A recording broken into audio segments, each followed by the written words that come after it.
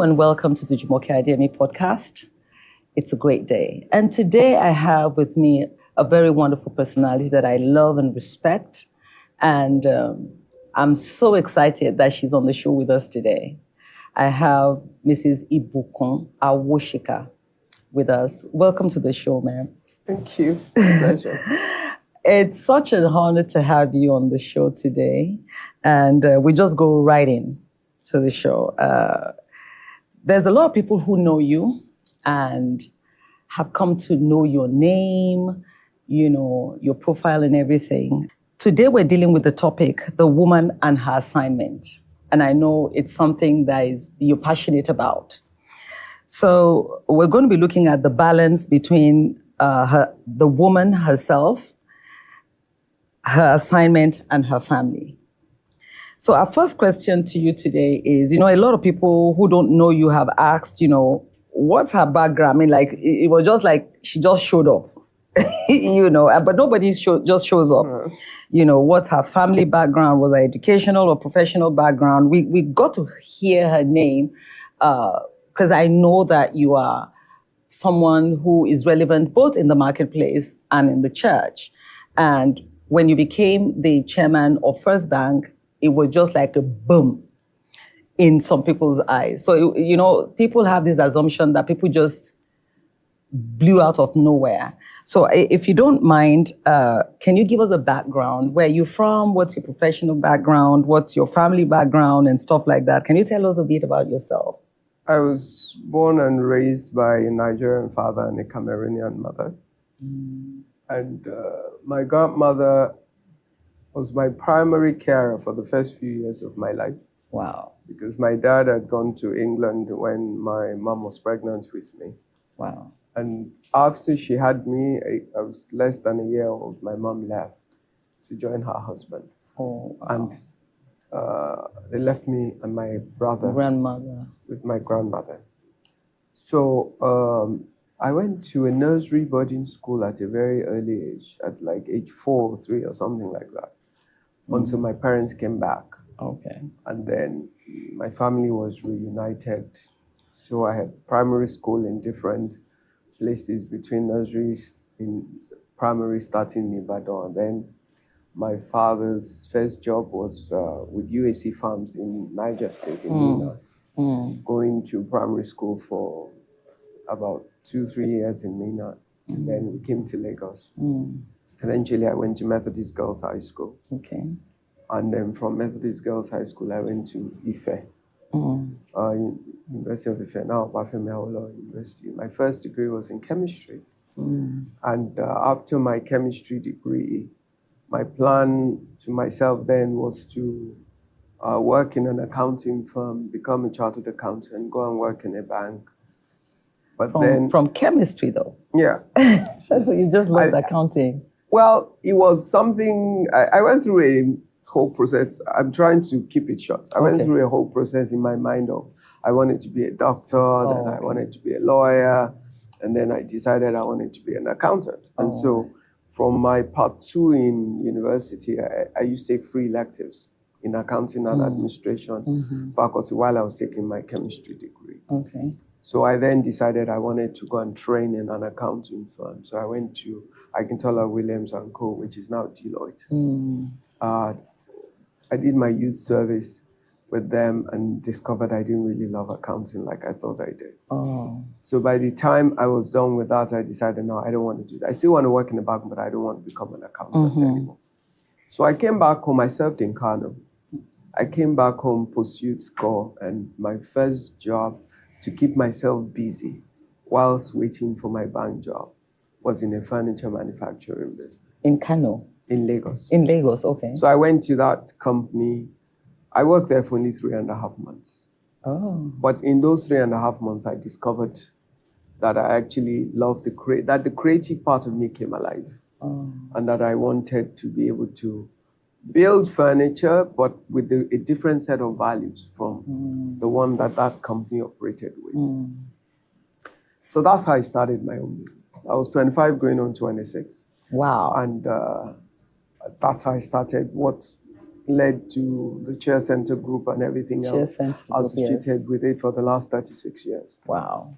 So somewhere in the middle of doing what I do and doing it well, I then started being invited to work on boards. Oh, wow. So at that early age as well? No. Oh, this was further now out. further out Okay. in between. Of course, I'd gone back to school many times along that route. Went to ISA Business School, got an MBA there. Before then, I'd gone to Lagos Business School, did the Chief Executive Program at Lagos Business School, went to ISA, got an MBA, and was always in school, doing one thing or the other. And by now, I'm in my early 40s. And then I joined the board of Cadbury. So just to be clear, between that time when you started your business and when you were 40, you had gone to school twice?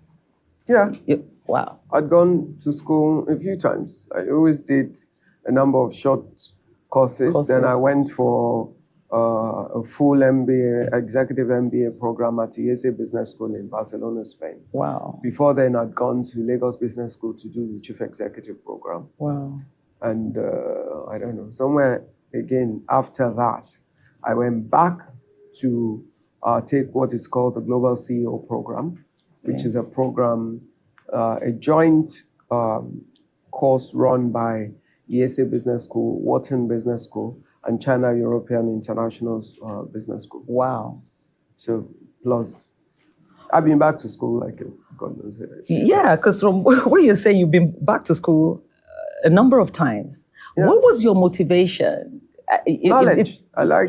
Personally, I love self-development, knowledge. Yes, and stuff. I love to be informed. I like to have information at my fingertips.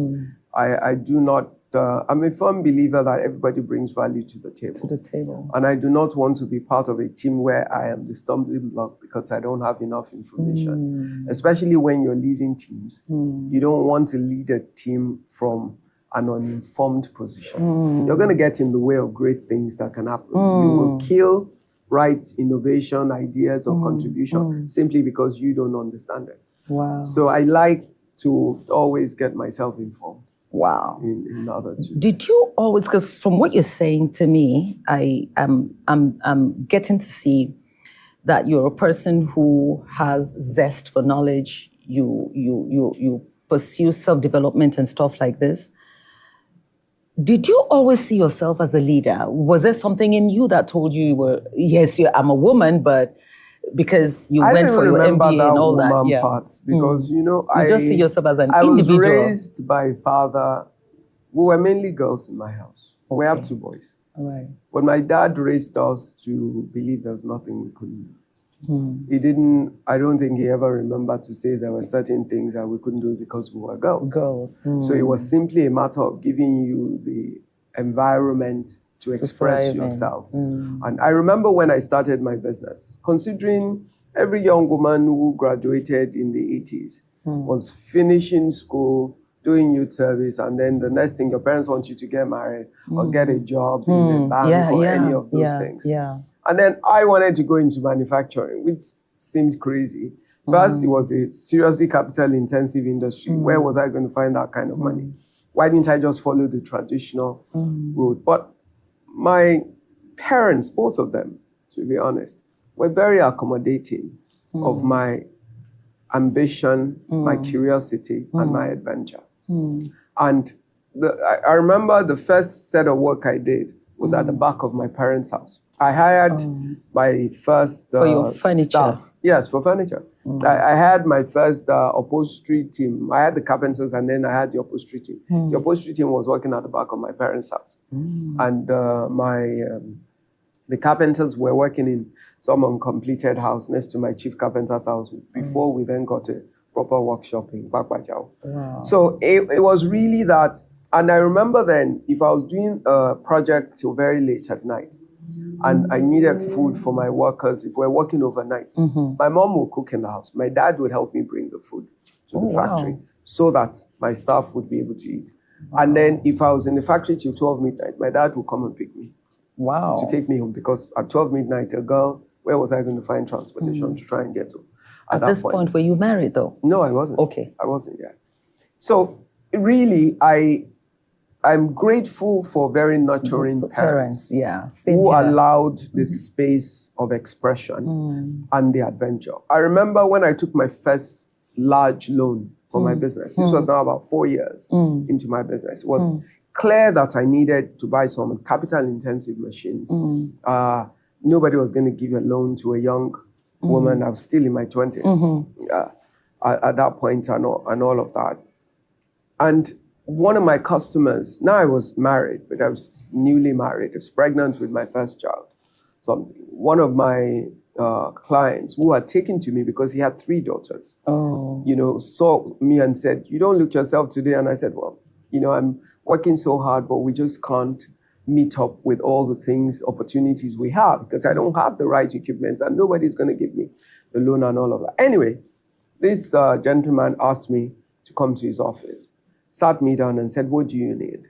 And I stated what I needed. And he said, "Look, do you know a finance company that will take a deposit from me and use that as backup to give you the facility that you need?" Wow. Luckily for me, over the period of the 4 years, every time I needed money to execute a project that I didn't have enough, I was going to a particular finance house to take expensive money in order to execute the project. But I always did it and I always paid their money on time. Wow. So I built a track record there. So I went to them and said, "Look, I have this opportunity. Are you able to work with this man for me to get the loan?" And they said yes, because we know you pay. So they spoke to themselves. The man gave them was 1993, but this was 1 million naira in 1993. So the guy gave them the 1 million naira. 93? Yeah. That was a lot of money. Yes. So the guy gave them 1 million naira. They gave me the facility of 1 million naira, obviously with interest and everything. I had to pay every 90 days part of the capital and the interest, and they were paying him his own interest on his money. And the thing is, by the time I finished, it was 15 months after, but buying the machines which I did with the money allowed me the opportunity to compete for certain kinds of jobs. And so in 15 months, even though I was paying every 90 days, when I finished one particular project, I went to them and said, "How much do I need to pay off?"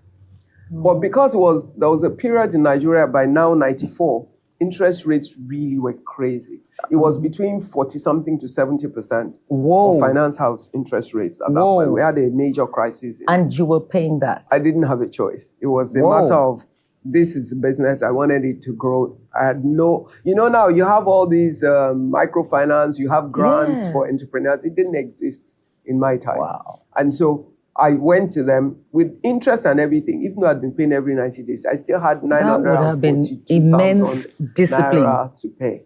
So I just took all the money from this project. They paid me as final payment. Went to them, paid off. I had no money, but I had a factory and the equipment. Now, the real thing I wanted to bring out there is, my dad, when he found out I took the loan, 1 million, had said to people close to him that, Mobi, which means, I gave birth to this one, but never told me. And they just said to them, if she can't pay and she gets stuck, I will sell my house and pay the money. Oh, wow, what a but father. He never scared me, never told me I should not do it. Did not. When I now came and said, I had paid off the loan. That's when I now knew the what he had position said. Wow.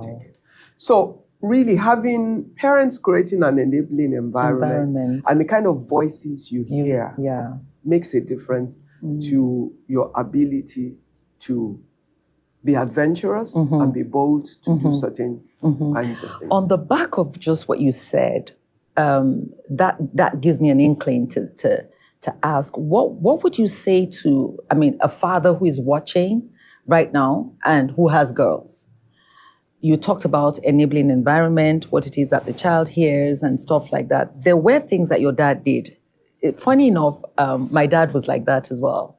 We had 5 girls. They had 5 girls and 3 boys.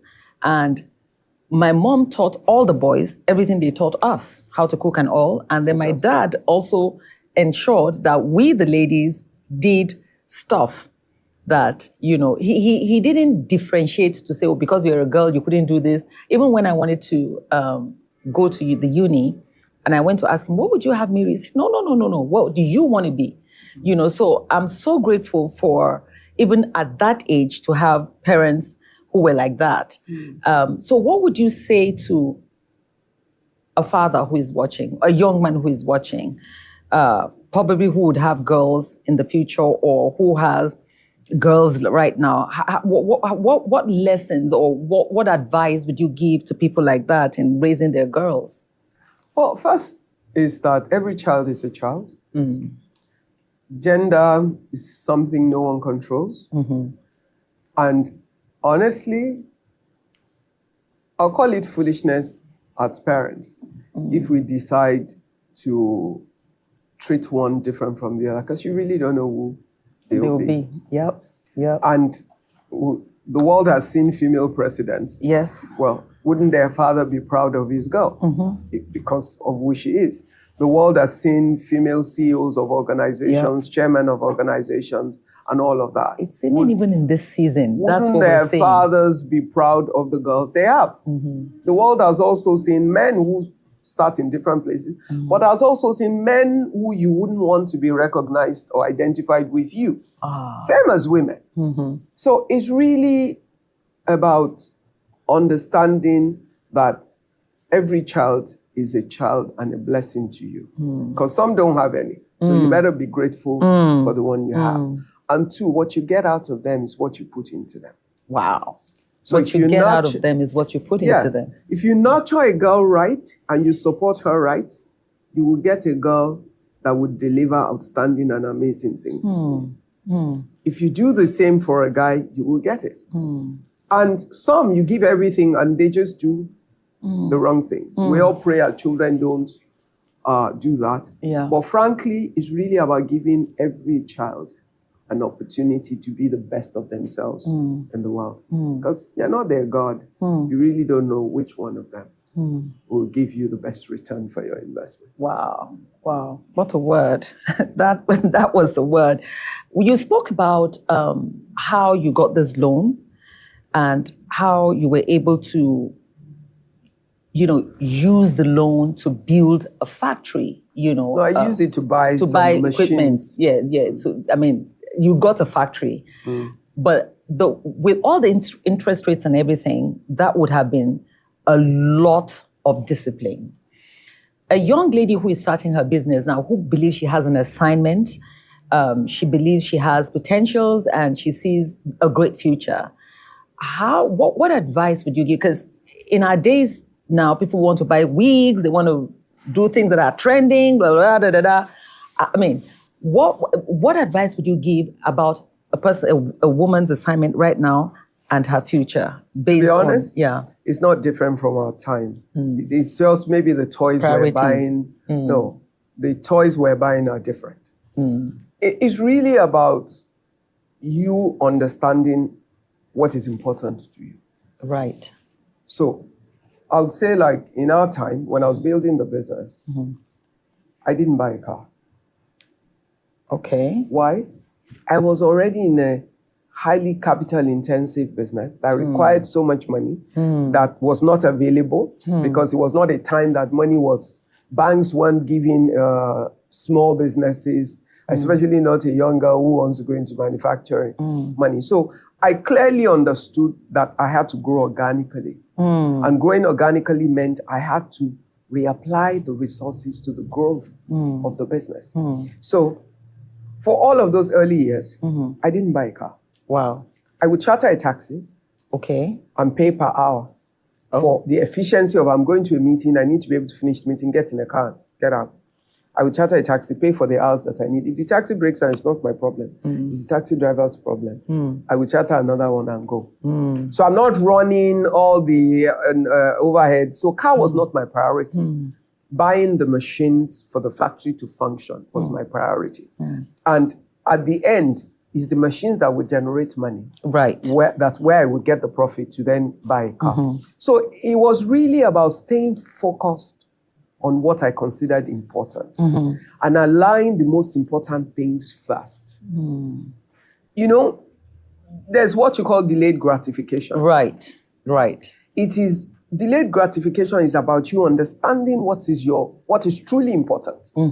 Identifying your priorities, applying your resources to the priorities in the right order. So that at the end, you can have a sustained growth. Right. And you can build sustainable wealth. So that, I believe, were the decisions I made. That ultimately, it paid off. Right. Because by the time I bought a brand new car, I had built a head office for the Chair Center Group. Wow. Yes.